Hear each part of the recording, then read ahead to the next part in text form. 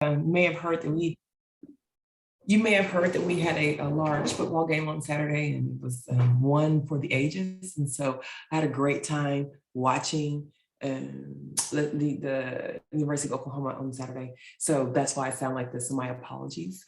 We're going to talk about financial aid and give you kind of the basics of financial aid and how this works. I know this may be new to many of you all, since Texas is now requiring, as a part of high school graduation, for students and families to complete the free application for federal student aid, also known as the FAFSA. So I'm going to walk through that little process here. And like she said, I would love for you to use the chat. If you have questions, I will try to monitor the chat as well, and then answer questions as I possibly can. Okay, so here we go. So what is the FAFSA? It's the free application for federal student aid. It opened October 1st. So that was the first day students could apply for financial aid, students and parents. You can send one FAFSA with all your information, all your students' information, to 10 schools, up to 10 schools. And that means students, generally speaking, these are schools that students have at least applied, but more than likely have been admitted to, that would go ahead and process a FAFSA for a student. I think the earlier you do things, or the sooner you do things, the better. And so OU's recommended deadline for the FAFSA is December 15th.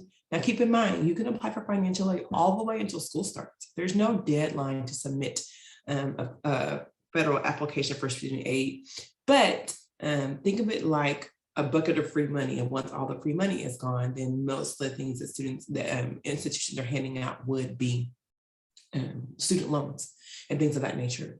For non-citizens, permanent residents, those folks, your identification is required to submit the FAFSA, so you will need that as well.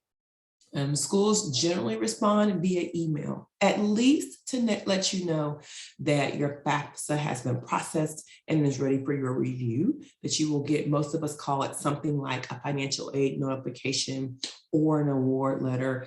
So we notify you that yours is ready and ready to be reviewed. So please check your emails and your mail, obviously. Now, for students, universities are required to send it to students, to send their notification, their financial aid notification to students. And so it's vitally important that your student is checking their email that they used to sign up with said institution. And so as you all are going through the college admission process and finalizing things, when a school is crossed off your students list, it is really my suggestion that you unsubscribe from all of their communication.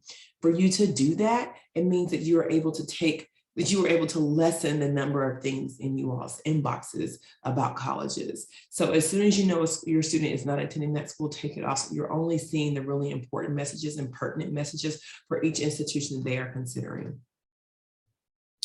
So here are the FAFSA sections that you will see. You will see all the student information, the demographic information, the school selection, so what institution you're choosing.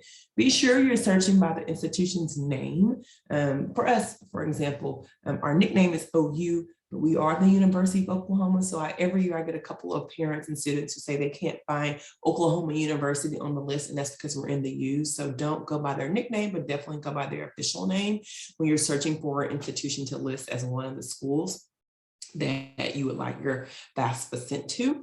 And then the dependency status, to make sure that they are dependent, and your information, all the parents' information, and financial information. Here's the great thing about the FAFSA these days, is that when you put in your social and all your demographic information, and it will, when you click the button, it will allow you to bring in all of your tax information and your family income and W-2 figures. What this means is, when you apply for financial aid, so for those of you all who have high school seniors right now, you'll be applying for financial aid now. I hope you've already started, and submit. And then it will bring in your tax and income information from what you filed in 2021, right? So that means your income for 2020. You will hear a lot of college admission professionals talk about prior year. So your income that you had in 2020 is used to decide how much aid you get for the fall of 2022, right? So the prior year. Your question is, sometimes my income looks drastically different. Sometimes I especially in a COVID year, you may have lost income, or this is not what you had in 2020 is not reflective of what you're actually making in 2022. Gosh, there's a lot of twos there. So we'll talk about how to adjust that, but it will automatically bring over your W-2 information, your tax information from the year we're in. So from what you filed in 2021, it'll be the income from 2020. All right, so here's how we operate with and evaluate your financial aid application. So you will have cost of attendance, right, which is tuition and fees. We all know tuition and fees aren't the only things you pay for when you are paying for college, room and board. So your living expenses, where your students eat, sleep, and do all the things, and then books and supplies.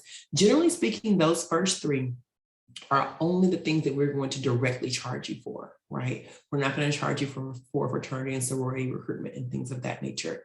And then we are required by the United States government to list what are called miscellaneous or personal expenses.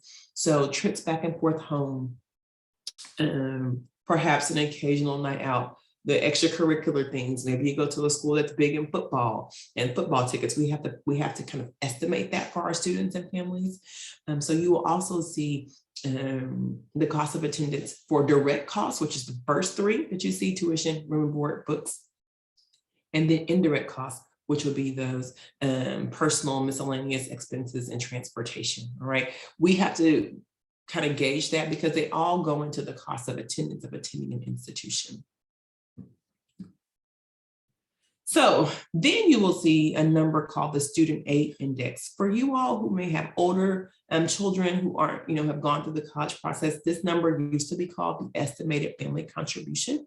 It is the amount that the government thinks that you are able to pay or contribute towards your students' education. I will say, and those of you all who had older students, you will know that number is something that usually you don't think you can afford to pay. The reason why you don't think you can afford to pay the student aid index is because the government doesn't take into consideration debt. It doesn't take into consideration if you have medical bills and things of that nature. Those things aren't a part of it. They don't take into consideration if you're taking care of an additional family member that's not reflected on your taxes and things of that nature. So they're only looking at your income, the number of students you have, and it's not anything else, generally speaking. The two major factors that affect your student aid index are age of parent. So the closer you are to retirement, the less money that the government would assume that you can commit to your student's education. And the number, so for me, I had a baby at 40 essentially. That means that when my kids get to go to college, they will think, oh, she should be retiring. She can't have a lot of money to go towards poor little Kyler's education. And then the number of students that you have in college at one time. So also for me, I had babies back to back. They will be one grade apart. And so that helps out for me as well. The older you are, the more students you have in college at the same time, including yourself. So if you're attending college, that's also counted in your student aid index, but that will decrease the amount of money the government thinks that you can contribute towards your students' education. You will also see here on this slide that the student's contribution is something that the government takes into account. Because if your students worked, if they've received a W-2, they do take those monies into account. It's usually not a whole lot of money they expect your student to contribute. So again, this is determined by the federal government. Here's what I will say. This is the reason why you should write your congressperson, because the formula that the government is using to estimate your student aid index is something from decades and decades ago. I believe it considers one car per family and things of that nature. So there's some things that should be updated so that it can truly reflect what a family can contribute. But that's something that each institution that you send your financial application to cannot adjust. Only the government can adjust that. All right, so what's financial need? It's the cost of attendance, all those things we talked about before, the indirect or direct costs, minus your student aid index. So what the family, the government says that they can pay, that the government thinks you can pay, that's financial need. And so as institutions, our job is to meet that financial need, meet the gap. And let me pause here and say, I'm talking about financial aid. This is government funds, these are government or state funds. I'm not talking about merit scholarships, academic awards, talent-based awards, leadership, community service. Those are things based on what your student has done, not your income.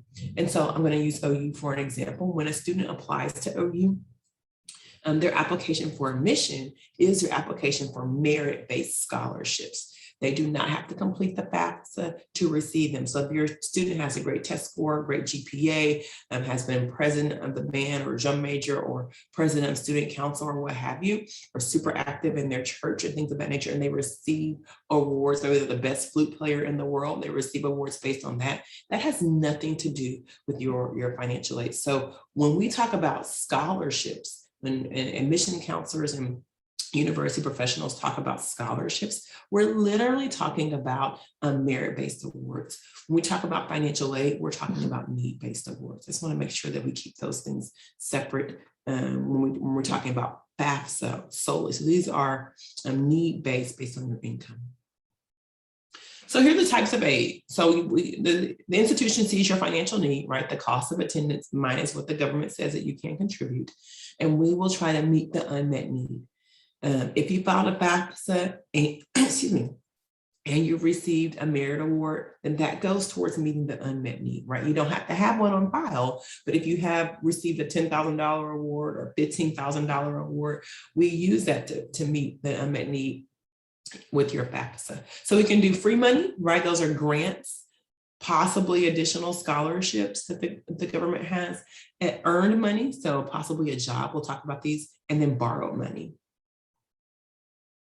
So scholarships, the scholarships come through the universe from colleges and universities, or grants. You all may be familiar with the Pell Grant or things of that nature. Texas has a few state grants they will grant folks as well. These are unpaid back. So these are free money to students. They don't have to be repaid. When you hear that millions of dollars go unused every year in scholarships, they're talking about outside awards. And so I want to spend a little bit of time talking about applying for scholarships outside of the FAFSA and outside of institutions. Every year I have a parent or student call and say, I always hear that millions of dollars go unused. Can I have some of those funds? They're not talking about institutions. We give out all the money. We're not secretly waiting for you to call us and say, hey, do you have some extra money, right? We try to give you our best foot forward, give you our best offer when we send you either your merit-based scholarship or your financial aid notification. So I'm going to give you a couple, and I'll type them in the chat as well. I'll give you a couple of websites that are really great for free scholarship search. One is fastweb.com, fast as in quick, web as in spider web. This is a free scholarship search, right? Emphasis on the word free, because I don't think you should pay someone to look for free money for you. Fastweb. Now, this next one is an app that was actually on Shark Tank, for those of you all that are familiar with the show Shark Tank.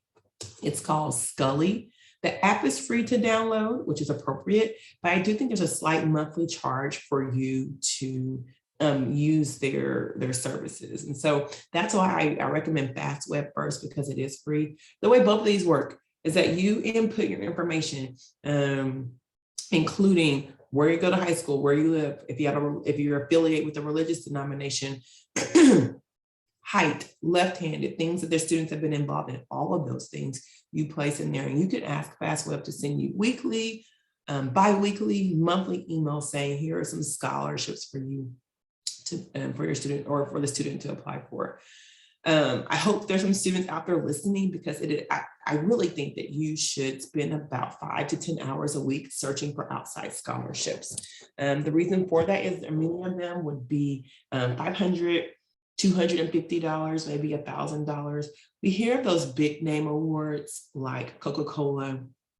Walmart has some big name awards. the Gates Millennium Scholars, those are big name, big dollar awards. And so since they carry, they give you tens of thousands of dollars, right? Oh, a number of students, probably millions of students are applying for those, and if not thousands, of course.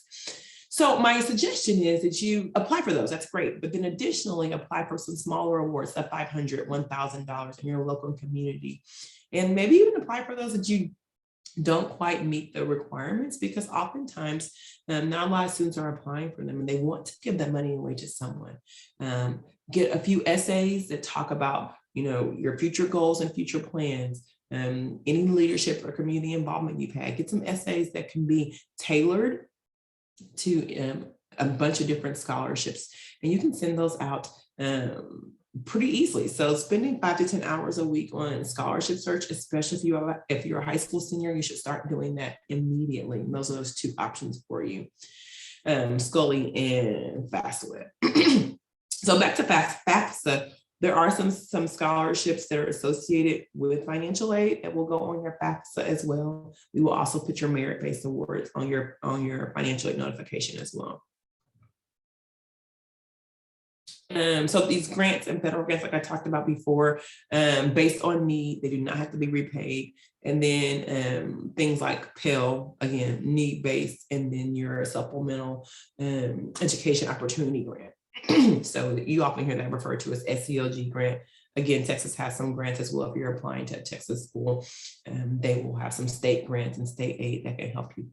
Basically, free money just means you don't have to pay it back. So congratulations on there. Earn money means, a job, right? And so I just want to spend just a little bit of time here talking about work study versus student jobs. Students ask all the time, well, can I get a work study job? Can I get a job on campus if I don't have work study? Here's the lowdown on that. Work study student jobs. The only difference between a work study job and a job that is just a regular student job is that the government subsidizes your pay. So let's say you're getting paid $12 an hour on campus, $6 of it comes from the federal government, and the other $6 the university is responsible for paying. So the work study piece is just who is paying your salary, and on your paycheck, it doesn't say, oh, $50 came from the federal government, $50 came from OU. You just get the money. So you don't really know. You were only awarded work study based on your student aid index. Again, need-based. A student job, just a regular student job, for instance, at OU, we hire tour guides, we hire folks to answer the phones in our bursar office and things of that nature. We hire folks to answer the phones in our admissions office. Those are student jobs that aren't necessarily work study, and you can find one just like anyone else, right? So on your job boards at your institutions, they will say, this is a work study job, or this is a non-work study job. If you have access to work study, apply for the work study jobs. If you don't, then apply for the regular student jobs. So working on campus is something that many students will do in college to help pay or help defray the costs. For instance, at OU, we have a room and board program. So we ask that students who participate in this program work 18 hours a week in exchange for the full cost of living. So your room and your food, right? That's kind of how we do some work study jobs at OU. Other programs, other institutions may have different programs that are similar, where you can work and help pay most of your, not most, but some of your costs of attendance. Borrow money, the dreaded loan words. So I always, I know parents and students are afraid of student loans. We talk about the student loan debt crisis in our country and just the amount of loans that students have taken out.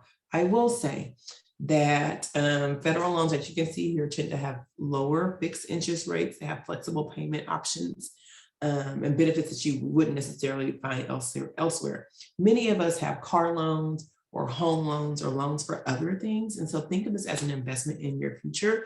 I think you have to be wise about the student loans. Oftentimes students borrow money to pay for additional things that they don't need. So if you borrow it for the cost of attendance, for your tuition, your fees, your room and board, you will be in a much better position than borrowing for additional things that you may not need throughout college. There are two types of loans that when you complete the FAFSA, we will give you. Again, this is based on your student aid index. Your direct subsidized loan for undergraduates, the interest is paid by the Department of Education while you're in school. So as long as you're in school part-time, at least part-time, that they will pay for your interest. The interest rate for this year for students starting in fall 2021 was 3.73 on direct subsidized and unsubsidized loans. The interest rates do vary from year to year. So that was this year's interest rate. The government will tell us next summer what next year's interest rate will be. Your direct unsubsidized loan interest accrues while you are in school. And then so the borrower is responsible for all of the interest. It's not need-based. Essentially, every single student who applies for financial aid is offered one or both of these types of loans. But you still have to have a financial application, a FAFSA on file in order to receive this loan rate. Again, this interest rate for direct subsidized loan is the same as subsidized loans, 3.73% interest.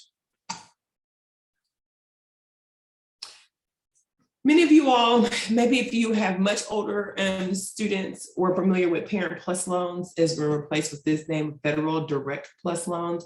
It is still for parents or guardians. It's determined by their credit, and they can borrow up to the full cost of education. Let me go back here real quickly and talk about the amount that students can borrow.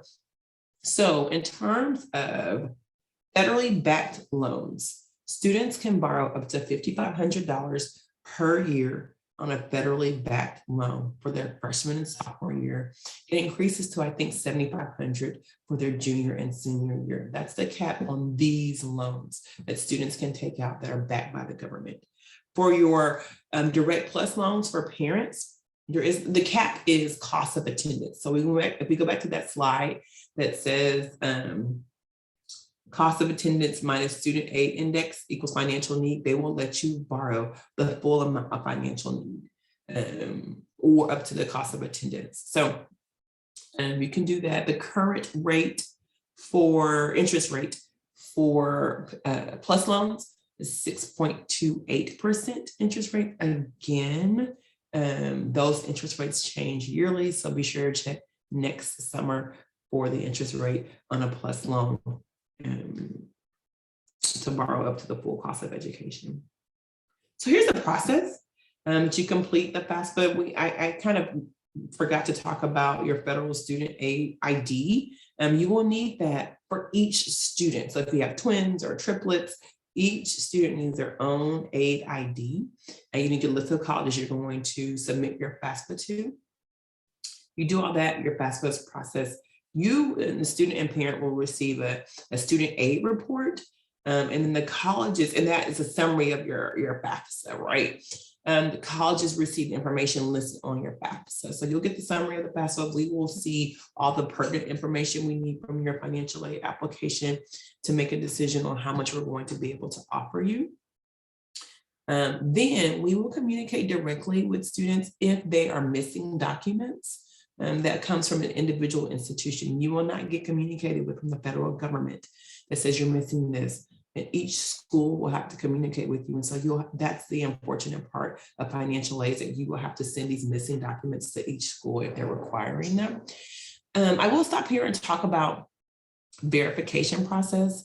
There is a verification process. So if you submit a financial application and the government questions anything on it, they will send you through verification. The unfortunate piece about this is that you have to go through verification at each institution if you are selected. So you have to submit the additional documentation for verification. We have been told that the government is going to cut down on the number of students who are selected for verification this year.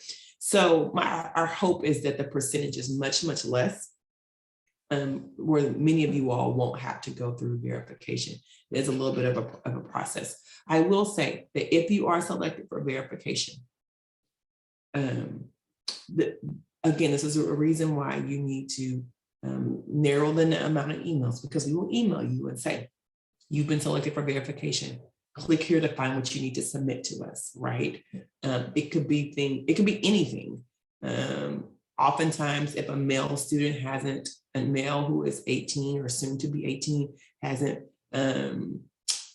registered for selective service, then that could push you through verification. And so it's a few random things. It used to be that we were seeing a very high volume of students with low incomes who were selected for verification, but these days that is not the case anymore. Anyone can be selected. You will submit your missing documents if you have them, and then we will assemble a package for you to see for admitted students. I think it's really important here to point out a couple of things. One, only admitted students will receive a financial aid notification. So you have to be admitted first to receive financial aid from each institution that you send your FAFSA, where you send your FAFSA. The other piece, and I'll just go through, this is my last slide. I'll just say the other piece about financial aid is there's another application. It's called a CSS profile, oftentimes only used by private schools. The CSS profile is not free. That's the first thing. If a school uses the CSS profile to get a financial package to you, they will let you know you need to submit one. So it's not like you'd be looking for and sending it. It's usually private schools that will offer the CSS profile. It's a lot more in depth than take into account if you have a sick parent living with you, if you have medical bills, all those things, your income to debt ratio is taken into account, all of those things. And that's really important for you to know because it's a little more invasive than a FAFSA would be. And so again, if a school uses a CSS profile, then that is, they will request it, right? Or it'll be on the CSS profile website. We do have a question. So if you don't think you're going to qualify for need-based money, should you still fill out the FAFSA just in case? My answer is yes. If the last 2 years have taught us anything, it's that you never know what's going to happen. Case in point, in 2020, just after COVID hit, I was working with a student from Houston whose dad passed away from COVID right after high school graduation. And he was the sole breadwinner for their family. They did not have a FAFSA on file. They had to scramble to get one to see what kind of monies we could give a student, because they no longer had the income that they normally would rely on. So because you never know, loss of job, loss of parent, just a reduction in wages, you just never know. I think it's important to have one on file just in case. So I hope that answers your question. Please submit a FAFSA if at all possible. I did want to address the question that I brought up and forgot to address earlier. So if there is a loss of income or a change in income, not if you're making more, right? But if you're making less than what your W-2s from the prior year would say, what happens? How do you adjust? That process is also a little bit frustrating because you have to adjust it with each institution. For example, at the University of Oklahoma, we don't allow you to adjust it until late March, early April. And that's a special circumstances form where you have to provide documentation in your current W-2s that says, hey, my income does look differently than what's actually happening. This is also a way for you to talk about some extenuating circumstances, including medical bills and things of that nature. We've had several students and parents do the special circumstances form if they're fighting cancer or something like that. So if there's been a drastic change in income or a change in health, and you have a lot of medical bills, that's when we would allow you to do special circumstances. Again, you have to do that for each and every school. Got another question. Would we get an email from student A letting us know that the FAFSA is processed, regardless if you qualify for aid or not? Yes, every single, and I'll stop sharing my screen so you can see me a little bit better. Every single student, every single admitted student will get a financial aid, what OU calls financial aid notification. And that means that we have processed your FAFSA and we are showing you what aid you can get. If your income is extremely high, then that may just mean student loans, right? And then additionally, any merit-based awards we've given a student. So yes, every student, once it's processed, will get something letting them know that it's been processed, and here's what we're offering you.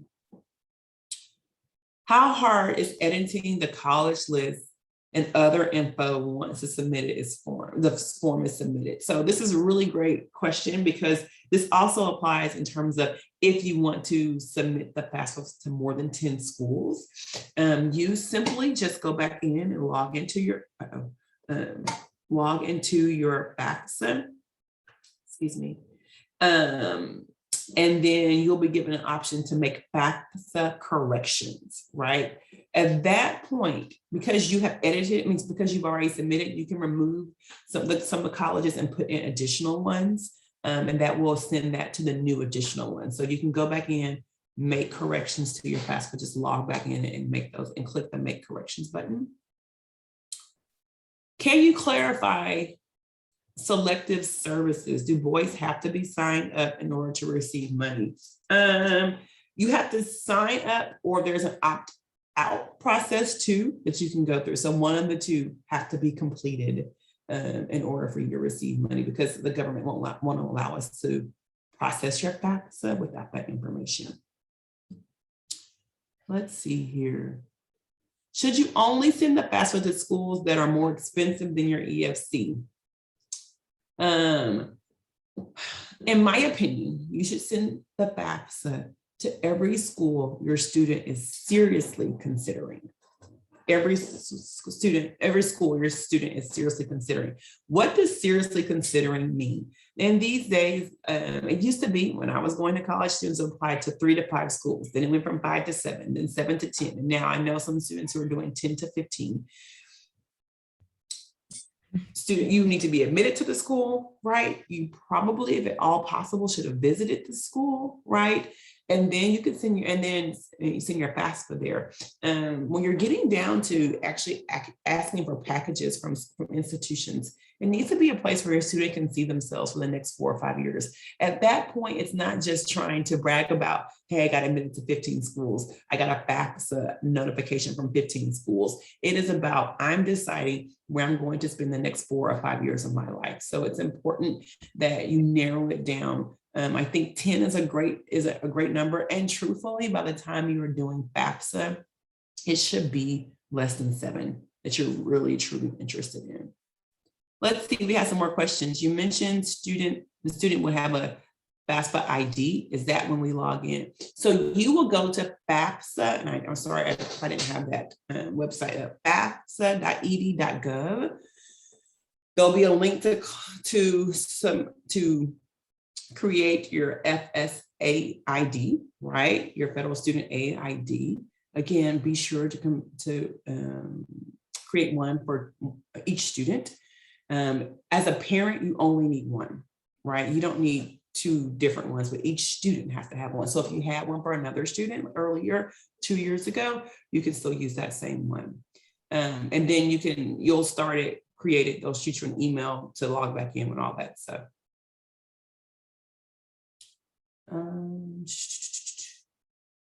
I think I answered the question about submitting more than 10 colleges. So if a student is creating an account for financial aid for FAFSA and does not have a social security number, how can they proceed with the form? They put in all zeros. That's how you proceed if you don't have a student, if you don't have a social security number, all zeros. What other questions do you all have for me? Is there anything that is usually missed during the FAFSA that we need to be aware of? No, it's pretty self-explanatory, especially now the government made it super easy to bring in your income. So truly, we get fewer and fewer questions about the actual submission of financial aid, FAFSA, and get more questions about the notifications. So it's I would hate to say this, I kind of hate to say this, but it's really difficult to mess up your FAFSA since it brings up all the other things. Yes, parents and students do have different financial FAFSA IDs or FSA ID. Is the FAFSA required to be offered athletic scholarships? It is not required to be offered athletic scholarships usually, right? Oftentimes, if you do complete the FAFSA, then let's say you've gotten a full ride to play golf at a private institution, you submit the FAFSA, you submit the FAFSA. All that happens is they lessen the money that the government, they lessen the money the school gives you, that if the government offers you money. Does that make sense? So let's say it's $50,000 to attend this school. They've offered you a full scholarship. You didn't know, you've already submitted the FAFSA, and the government offers you a Pell Grant or something like that. Then essentially the school will just not give you the overage. So if the Pell Grant's $4,600, you won't get you'll get the $4,600 from Pell, but you won't get it from the school. Does that make sense? They will lessen. Athletic scholarships, generally speaking, will lessen the amount that the school has to put in to keep you at that full package. What do we need? Why do we need a parent ID and a student ID? The government asks you to have one. The parent ID mostly because I think it will ultimately be tied to your W-2s. So you need that in order to bring that information over. And then the next question is, who applies for FAFSA, parents or students? Students, this is a very tough question. It's for the student, right? But the government assumes that you are going to contribute to your student's education. And so they want your income information. We run into this a lot when parents tell students or even institutions that they don't plan on providing any additional assistance to the student when they go through college. And so what happens is the student wants to say they're independent and that their parent is not providing. The government does not allow you to do that. If you have claimed the student as a dependent on your taxes, they are going to assume that you will help pay for college. That's not something that OU says, that's something the federal government has decided. So it is the student applying for financial aid, but with the parent's income information. I hope that answers that question. Welcome. If you have any other questions, feel free to ask them. I know we can hang out for a little bit and answer them because this is a very confusing process and I know I'm not an expert in, but I learn more about every single year. So. And I know that anybody considers them an expert in financial aid because it does change every single year and there are new questions and new situations. I often haven't gotten this question tonight, but I often get the question about divorced parents and how that works in terms of applying for financial aid. So depending on what the setup is for support of the student, I have some parents who claim the child one year and then not the next, right? It's every other year. In that case, then it's the parent, the parent who is claiming the child on the taxes. That's who files with the student for FAFSA. So each year it could be someone different depending on how your situation is set up. Since they now pull from our tax returns, what other information do we need to provide considering the determination is made from prior year? You just need to provide your social, your current address, those kind of things. It's just really a lot of demographic information and not necessarily having your W-2. Back in the day when I was going to college, my dad had to pull out his W-2 and sit there and type it off. That information is no longer needed. So I do think it's a pretty fluid process, an easy process to apply for FAFSA since they bring in so much information. Yeah, so we did answer the question about submitting FAFSA to more than 10 colleges. Yes, you can, but you have to submit to 10, right? And then go back and correct your FAFSA, log back in, make FAFSA corrections, and then you can delete and add some more. Your question is, if I delete and add more, Does that mean the first 10 don't get it? No, right? I will say again, I really do think it's important that by the time you are submitting the FAFSA to institutions, it's only places that your student has been admitted to and is truly considering. Can you start the FAFSA and stop and come back, or does it need to be done all in one setting? You can start and come back. You can start and come back, but it shouldn't take you that long, less than an hour. What is the link again to complete the FAFSA? I will put that in the chat. It is FAFSA.ed.gov.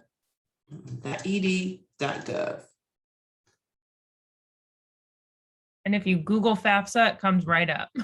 Right. There are some places that will try to charge you to complete the FAFSA. Don't click there. And that should be free. But yes, feel free to Google it. Yes. Thank you so much. Thank you all so much for joining. I really hope it was helpful. Like she said, she did record it. Miss Ann did record it. And so you will be able to hear my lovely scratchy voice anytime, apparently. Awesome. I did get one question about CSS profile, and I am not a CSS profile expert, even though I'm telling you that my college did require me to do a CSS profile. I'm going to send it to you, Kim, just to Okay. help me. I know OU is not a CSS profile, right? So the question is, the CSS profile asks how much a parent expects to contribute to the cost. How do you answer that? If you put the entire amount, would you get financial aid? They ask you that, but then they also will ask you, and again, I'm not a CSS profile expert. I can tell you some schools that would be TCU, SMU, Austin College, those kind of places would be really willing to answer this question for you. I think that you should be truthful because they are still going to see your income, your debt, and all of those things, right? Investment net worth, all of those things they will still see. And so they're going to make some assumptions too. You can put that your goal is to spend $10,000 a year or $20,000 a year or less. You can put that, but there's still, that's not, it's just kind of like when a student on their application for admission lists their SAT, self-reported GPA. That's all great and well and good, but we're also going to wait to see until we get the official scores and wait to see till we get the official GPA. So you can list those things and list what you would like to pay. But additionally, they're going to still consider all the other information that was listed on your CSS profile. Awesome.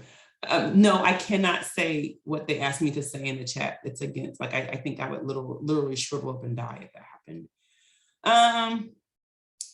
Another question, I completed the FAFSA for my other daughter. Should I use the same FSA ID? Yes, you should. The parent stays the same. The FSA ID stays the same. The student has a different one. Awesome. You all are so welcome. Thank you for not hitting me with really tough questions.